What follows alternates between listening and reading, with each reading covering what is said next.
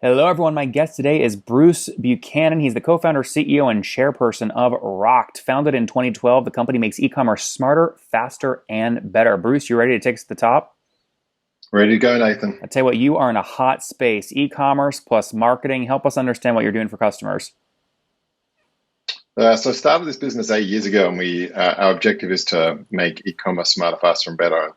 Basically, I'm trying to solve a problem I had from my previous business, which was Jetstar, a low-cost airline in Asia Pacific, which I built over 10 years to be the largest low-fares airline. And one of the problems we discovered, low-cost airlines are one of the first direct-to-consumer businesses, but we discovered the importance of this moment in time where consumers were transacting, which we call the transaction moment. And if we could get the right products and the right messages in front of our customers, we could double the profitability of the airline. Yep. And that's the problem we've been trying to solve at Rokt for the last 8 years. Got about 3,000 clients now, mostly enterprise. We launched our Shopify app recently, but we specialize in enterprise level, but the transaction moment's our key business. And what have you guys passed in terms of revenue at this point? So we measure that in two ways. There's a COVID. Our revenue numbers this year will be about 170 million, but we also measure our underlying business. So our ticketing vertical and our travel vertical are still massively affected. So we should surpass 200 million in the underlying business level this year, but our actual realized revenue adjusted for what will happen with COVID in those couple of verticals is still massively impacted, would be about 170. Okay, so just to be clear, you think you'll break about $14 million in December 2021 revenue, which would put you on a run rate of being 170 million. We'll do total this year 170 million. Got it. So you'll do more than 14 million in December. Yeah, way more than 14. And just to be clear, that's not like GMV. That's not like GMV through your platform, right? That's actually your margin Rokt takes, correct? No, our gross profit, if you will, it will be about just under 90 million. So we measure.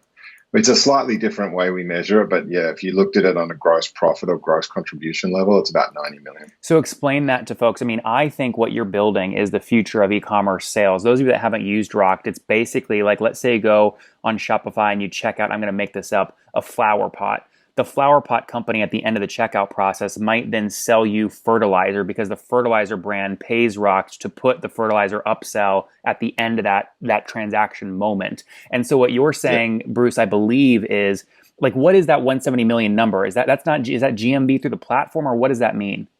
It's a little bit complicated because we've got product sales and advertising that gets mixed together. And product sales we book, and there's SaaS revenue as well. SaaS revenue is just gross in there. Product revenue we book at our margin, which is typically about 3%, which goes into that gross 170 number. But advertising, we book the whole number. And then our margin on that, if you look at a contribution numbers, less than that. That's the difference between the 170 and 90 is basically the way you treat the advertising revenue. What is that contribution margin on advertising? It depends on what we're doing, but our gross contribution margin on advertising is about 50%. Interesting. So am I understanding this correctly? The difference between 170 million and 90 is basically there's 70 or 80 million bucks of advertising revenue going through your platform, of which you only capture 50% of the spend?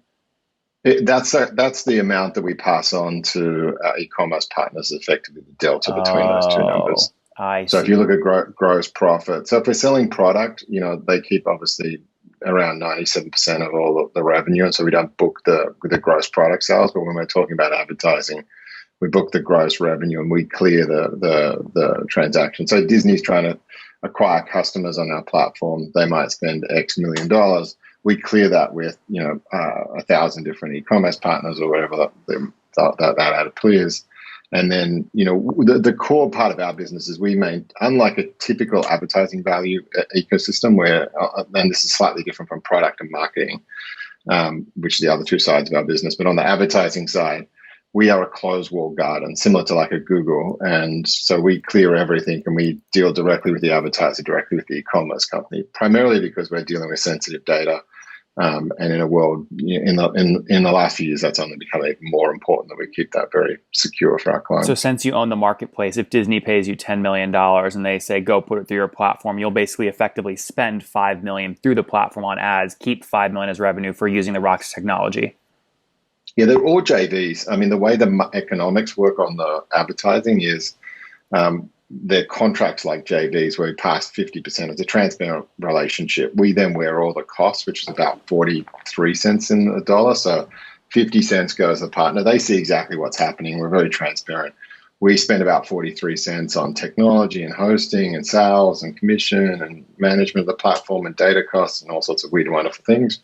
And we keep about 7 cents on the dollar on the net advertising side. So it's typically how the advertising business works. And then in 2021, of the 90 million of gross revenue, how much of that will be SaaS? SaaS for us is relatively small. The fastest growing part of it, SaaS for us will be probably, around $5, $6, $7 million, I think, this year. The fastest growing part of our business is product, what we call distributed commerce. We're actually selling like parking or insurance or, whatever, name a product that gets bought when you're buying another product. And on that product, it's a marketplace cut as well. It's a straight rev share, effectively. It's like a credit card merchant fee is effectively the way that looks from a P&L perspective. So if you looked at like a PayPal or MasterCard, you'd understand how that P&L works. Yeah. Just to make it easy for everyone listening to follow along, if you help Disney sell a Winnie the Pooh stuffed animal, right, through your e-commerce checkout, and that stuffed animal is $10, you'll take essentially 30 cents of the $10, or about 3%. Exactly. That's exactly how it works. You're not producing your own product and storing product. You're just the cut. We sell nothing, and that's really important, actually, because we want to be completely unbiased as a middleman. We connect consumers and brands and providers in a way that makes the product more effective. So if you sell insurance or whatever through Rokt and a customer's buying an airline ticket, you'll sell 60% more insurance because we get the right product, the right price in front of that consumer when they're buying. We can manage the consumer relevancy and the contextual relevancy in real time in a transaction flow to optimize against lots of different variables. But essentially, your take rate on that product improves by about 50, 60%. So you pay us 3%, but you sell 50 or 60% more product. Because you're putting them in the right transaction moments on related products. Yeah, and getting the creative right, the UX right. So, some people, when they buy parking, want to see how close the parking garage is. Some want to see the picture of the garage. Some want to see a map, And so everyone's got different buying parameters, and the UX and the product and the pricing all changes dynamically to get the best outcome for the e-commerce provider. And sometimes that's their own product, by the way. That's where the SaaS components come in. It's much lower margin for us. But where it's their own product or their own marketing messages, you've got anything on the review page or payment page or shipping page or confirmation page could be, download my app or, buy the baggage product on my airline ticket. There can be lots of those sorts of messages as well. But yeah, essentially there are three arms of the revenue stream. It's still all the same thing, which is the transaction moment. It's all about optimizing the actions and experiences, but you've got a SaaS revenue stream, which is the internal stuff. You've got a product rev share, which looks like a merchant service fee, like a credit card, and then you've got an advertising revenue stream. And advertising is where we started, and so it's still the biggest, but the fastest growing is a product piece of the puzzle. You raised $80 million last year. What valuation were you able to raise that at? We raised $80 million. It was a closed round, so we didn't go out to market. And so we raised it at $450 pre-money. That was right in the middle of, it was probably a couple months, we were doing the negotiations right in the middle of COVID, which was kind of interesting. So we went into COVID with about 50 or 60% of our volume centered in verticals that were basically shut down. Cruise lines, airlines, hotels. Yeah. Entertainment, sports ticketing. They didn't do too well. Cinemas, So our whole ticketing and entertainment vertical dropped 97%. Our travel vertical dropped about 60 or 70%. So they just got really badly hit. And the great thing was we bought a business the year before in B2B, which is a company called OfferLogic, which we create our B2B vertical. And our retail vertical had been really starting to fire beforehand. And we've been working on it a long time. But then with the COVID hit, the retail vertical just took off. Not just natural organic growth, but all of our BD discussions and all of these incumbents that had to rely on e-commerce, like now we really need to get our e-commerce proposition right. So our new business pipeline went crazy. We actually came out of COVID like way, way, way stronger than we went into COVID. But at the start of COVID, it was kind of scary because some of our biggest verticals went completely offline effectively, 97% decline, I'd say it's pretty much offline.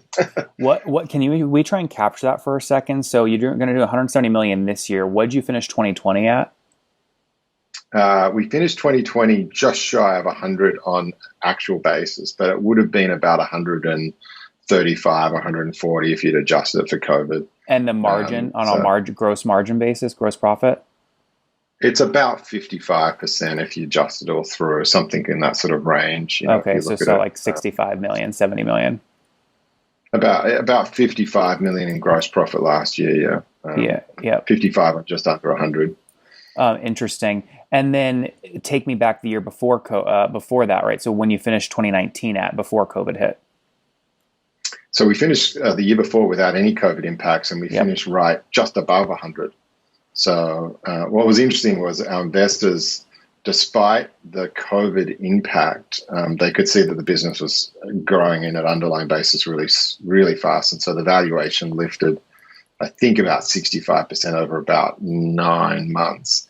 And that wasn't because our actual results were lifting that way. They could just see the underlying business getting stronger and stronger and stronger. Mm-hmm. So actual revenue remained pretty flat. Yep. It looks flat, but actually it wasn't flat, really. It was like a roller coaster. March, April, we got smashed when COVID started, and our revenue tanked 65%.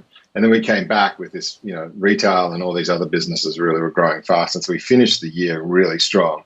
But if you look at the annual results year on year, it looks relatively flat. Yep. But interesting. It was more like a roller coaster in the middle. Yeah, just repeating back to you, both in 2019 and 2020, you did on a top line basis something a little over 100 million, of which you made about 55 to 60 million in gross profit. Now the revenue mix was different because of COVID impacts, but this year you'll return to a growth profile. Yes. Yeah. I mean, our underlying business is still growing strong. So we still did about 40% growth in 2020 on an underlying basis, if you take out the COVID impacts.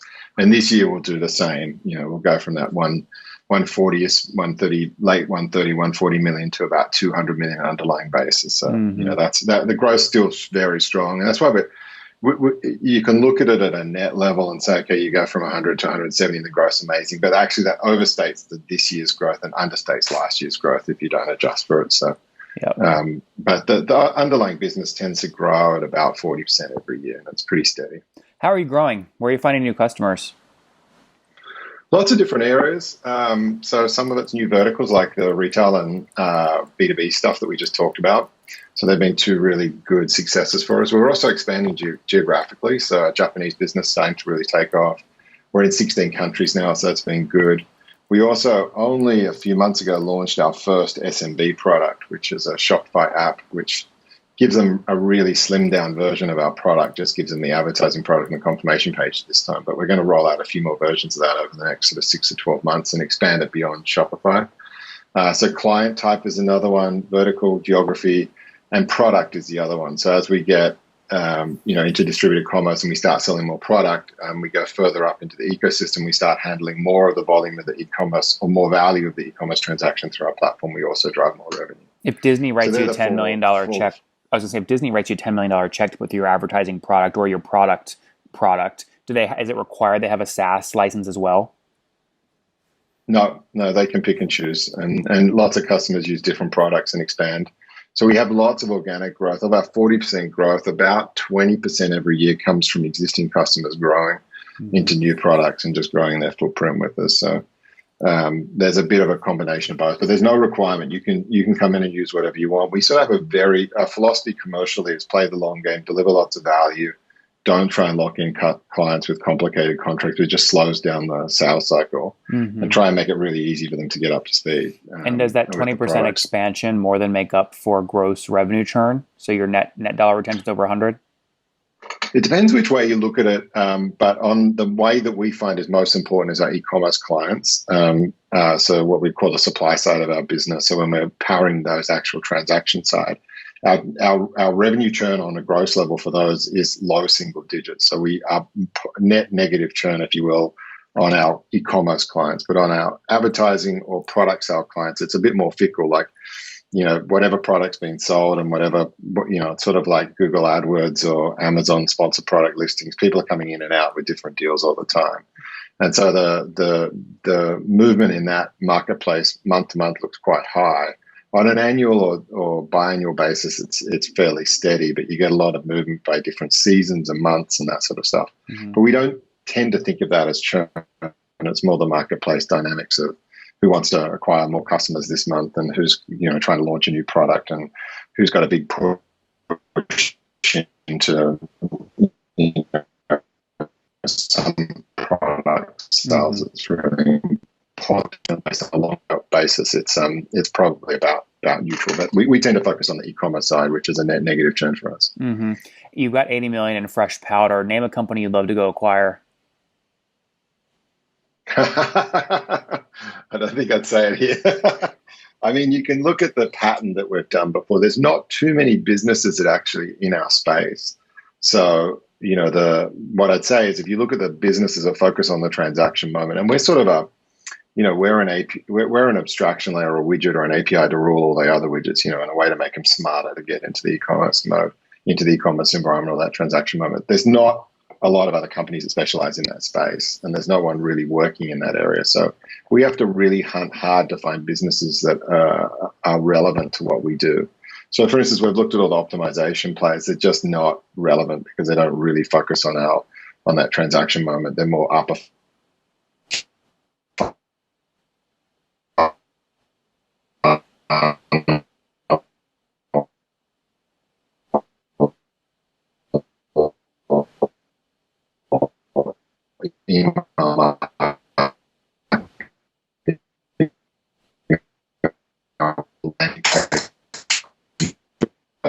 Acquisition drives huge upside for everyone. So we look at that, in terms of SMB or other clients and those sorts of things. And we find someone else that's in the same space. Bruce, if Wunderkind files this year to IPO, do they have a good IPO or a bad IPO? Sorry, I lost you there. You broke up for 2 seconds. You're good. If BounceX, or now known as Wunderkind, decides to IPO this year, does it pop on launch day or do they not go so well? I don't know their business that well. It seemed to be, when I looked at them a long time ago, and it seems to have changed a bit, it seemed to be a heavy consulting model. And so I don't know where it's gone from there. And I don't know, the current markets, it'd be hard to guess the way they value anything. I mean, some of the valuations are just, very, very different. I mean, businesses that are somewhat have some analogies to us are businesses like Cardlytics that do it in, a closed marketplace for banks in their, in their apps. So, looking at that sort of business, and that's done incredibly well, in terms of its valuation. So we look at businesses like that. We also look at the marketing tech ecosystem, which has also got a lot of parallels with our business. Guys, on that note, there you have it. Bruce Buchanan, again, made it through COVID okay, despite being, heavily in the travel industry world going into COVID. This year, they'll do 170 million sort of top line on a gross profit basis, something like 90 million, looking at 30 to 40, maybe even more, 50% year over year growth. They raised 80 million last year at a $450 million valuation as they continue to scale their brand into 3 specific revenue lines, with their product selling revenue line growing the fastest, an advertising play as well, and then a SaaS revenue line that makes up, call it 6 to 7 million of the 90 million in gross profit. Bruce, thanks for making time for me. Thanks for coming on. Thanks, Nathan. Great to see you again.